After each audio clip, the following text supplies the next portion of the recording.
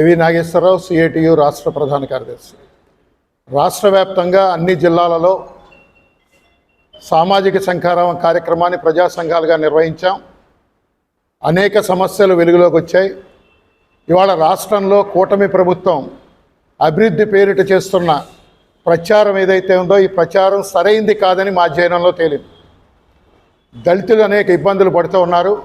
శ్మశాన స్థలాలు లేక ఉన్నవి ఆక్రమణకు గురై రాష్ట్ర వ్యాప్తంగా కరువు విలయతాండవం చేస్తోంది.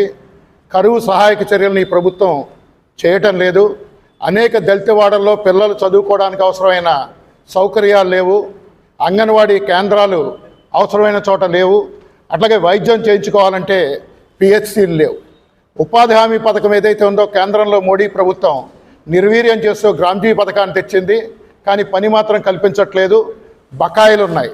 కాబట్టి గ్రామ్జీ పథకం ఏదైతే ఉందో అది 200 రోజులు పందినాలు కల్పించి 700 రూపాయల వేతనం మీద కల్పించాలని చెప్పి డిమాండ్ చేస్తూ ఉన్నాం. పట్టణ ప్రాంతాల్లో కూడా ఈ పథకాన్ని విస్తరింపజేయాలి.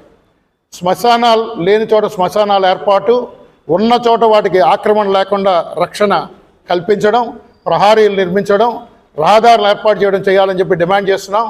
ఈ సమస్యల పరిష్కారం కోరుతూ ఆగస్టు 15వ తారీఖున రాష్ట్ర వ్యాప్తంగా జాతీయ సమైక్యతా దినంగా పాటించబోతూ ఉన్నాం. దళితులు ఎదుర్కొన్న ఈ సమస్యలు పరిష్కరించకపోతే ఆగస్టు 24వ తారీఖున రాష్ట్ర వ్యాప్తంగా కలెక్టరేట్ల వద్ద పెద్ద ఎత్తున మా నిరసన తెలియజేస్తాం. అప్పటికీ కూటమి ప్రభుత్వం పరిష్కరించకపోతే చలో రాజధాని కార్యక్రమాన్ని నిర్వహిస్తాం.